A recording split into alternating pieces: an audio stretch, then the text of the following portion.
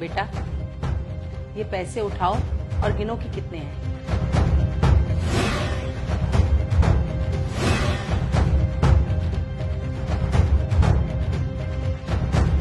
माँ 1.5 लाख है। हाँ माँ, मेरे भी लगभग 1.5 लाख रुपए। हाँ माँ, शायद 1.5 लाख ही है, पर ये आपने हमें दिए क्यों हैं? बताती हूँ बेटा, जिसने भी तुम्हें ये दुनिया दिखाई है ना, जाकर उसके पैर छू कर आओ। और मैंने जो ये पैसे तुम लोगों को दिए हैं, वो तुम चाहे जैसे भी तुम्हारी मर्जी हो खर्च करो, लेकिन मैंने जो कहा है वो पूरा जरूर करके आना। क्या? और हमें किसने दुनिया दिखा दी? हाँ माँ, ये तो बताओ किसके पैर छूने हैं? वो मुझे नहीं पता। देखो, मैंने तुम्हें ये पैसे दे दिए हैं, बाकी अपना दिमाग लगाओ, और जो भी सही दिमाग लगा कर आएगा ना, मैं अपनी पूरी प्रॉपर्टी उसके नाम कर दूंगी। पर तुम जिसके भी पैर छू कर आओ, उसकी फोटो जरूर खींच कर लाना। ऐसा लगता है माँ का दिमाग खराब हो गया है। खैर छोड़िए, बुढ़ापे में सभी का हो जाता है, कोई नई बात थोड़ी ना है। हाँ माँ, शायद आपने गलती कर दी मैं पैसे देकर। माँ, आपने पैसे दे तो दिए हैं, पर अब ये समझ नहीं आ रहा है कि पैर किसके छूने हैं। बेटा, वो तो खुद ही पता लगाना पड़ेगा। ठीक है माँ, हम लोग जाते हैं फिर। ठीक।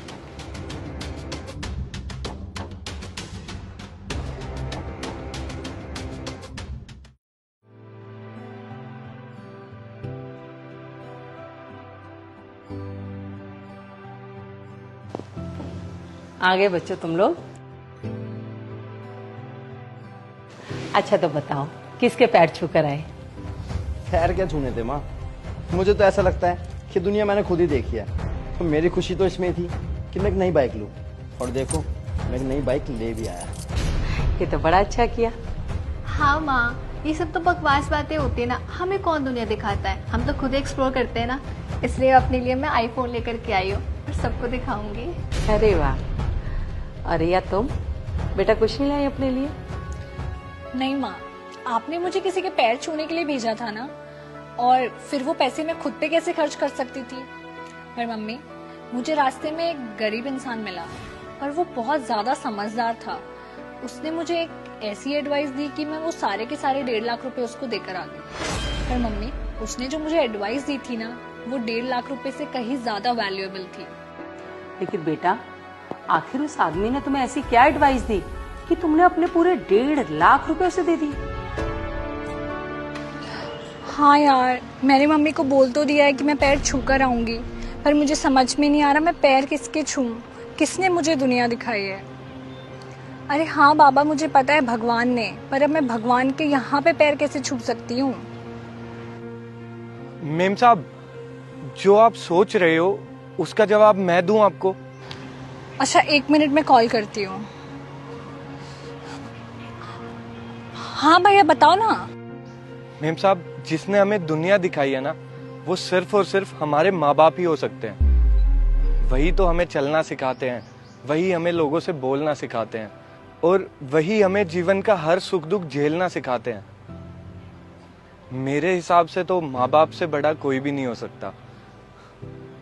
मेम साहब, क्या है ना, मैं अनाथ हूँ, इसलिए मुझे माँ बाप की कीमत का पता है। आपको अपने माँ बाप के पैर छूने चाहिए।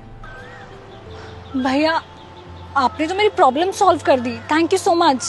अरे कोई बात नहीं मेम साहब। अच्छा सुनिए, ये आप रखिए। अरे नहीं मेम साहब, इतने पैसों का मैं क्या करूँगा भला? भैया, आपने जो मुझे इतनी वैल्यूएबल एडवाइस दी है ना, उसके सामने ये पैसे कुछ भी नहीं है, ये आप रखिए। लेकिन लीजिए ना।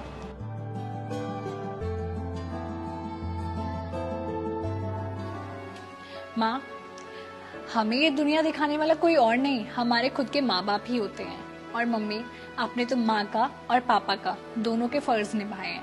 आप एक इतनी स्ट्रॉन्ग वुमेन हो, मैं बड़े होके बिल्कुल आपके जैसा बनना चाहती हूँ, आपके जैसा स्ट्रॉन्ग, टफ और हार्ड वर्किंग बनना चाहती हूँ। तो मैं आपके पैर छूंगी। शाबाश मेरा बच्चा। और हाँ माँ, मुझे पूरी प्रॉपर्टी नहीं चाहिए, ये दोनों मेरे छोटे बहन भाई हैं, इनका भी उस प्रॉपर्टी पर उतना ही हक है जितना मेरा है, तो मुझे अकेली में कुछ नहीं चाहिए। बेटा, मुझे पूरा भरोसा था तुझ पर और मैं जानती थी कि तू बहुत ईमानदार है और जो मैंने कहा है वो कर कर ही आएगी। शाबाश।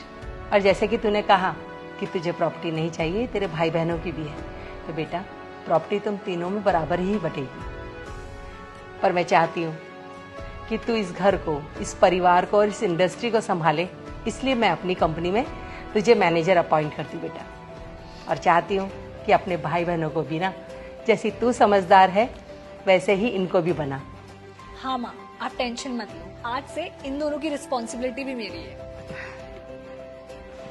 हाँ माँ, आई एम सॉरी, मैं आपकी बातों को समझ नहीं पाई थी, पर अब समझ गई हूँ। माँ, हो सके तो मुझे माफ़ कर देना। बाइक की जल्दबाजी में मैं आपको भूल ही गया था। मैं यही भूल गया था कि हमारे लिए दुनिया में सबसे इम्पोर्टेंट हमारी माँ होती है।